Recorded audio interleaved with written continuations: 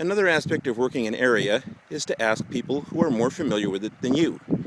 Here at Skunk Hollow, on the South Fork of the American River, I have my sluice set up there, and I've worked this area many times and found lots of little flakes.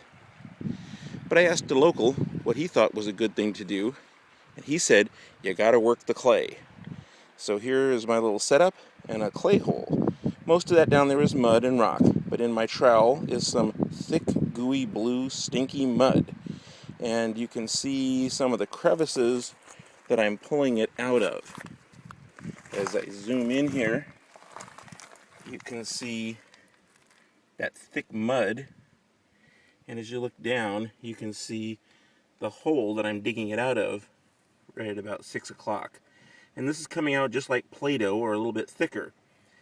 Now the legends on clay are multitudinous, but basically clay is an impermeable barrier, and it also takes a long time to generate. So what you have is a barrier that's been there for a long time. So no matter who's dredged or torn up this river, that clay has been there for some time. So you do stand a chance of finding gold either on top of a clay layer or slightly into a clay area. Some researchers have shown that you can find layer upon layer of clay, and that some gold will actually penetrate one layer of clay and stop in the second or third. So it's always an interesting adventure to tap into a clay. The problem is it's clay, it's gooey and sticky, and it doesn't fall apart in your sluice box. So you have to break it up. Some people say use peroxide with Dawn detergent, and everybody has their own secret. Basically, I just rub it in my hands in my bucket until it all breaks up. That works if it's reasonably wet clay, but if you're working with dry clay, you're out of luck. That's not going to work. So anyway, I'm going to dig up a bucket or two of clay here and put it in my sluice and tell you how much gold is in it.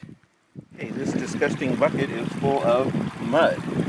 My gloved hand goes in, and I'm going to churn. There's a whole bunch of rocks in here, mixed in obviously, just the river rocks.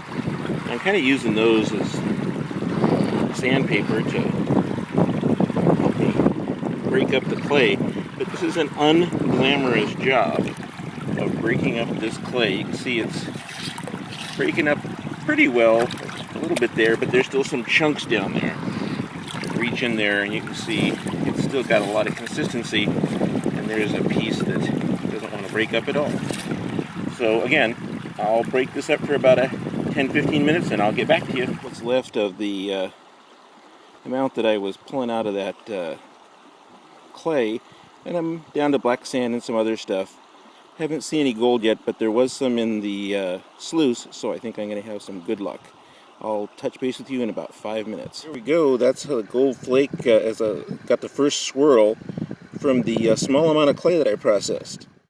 So the verdict is, working mud is actually not a bad idea. I did get quite a bit of flake out of such a small amount that I extracted, and it wasn't that hard to separate it.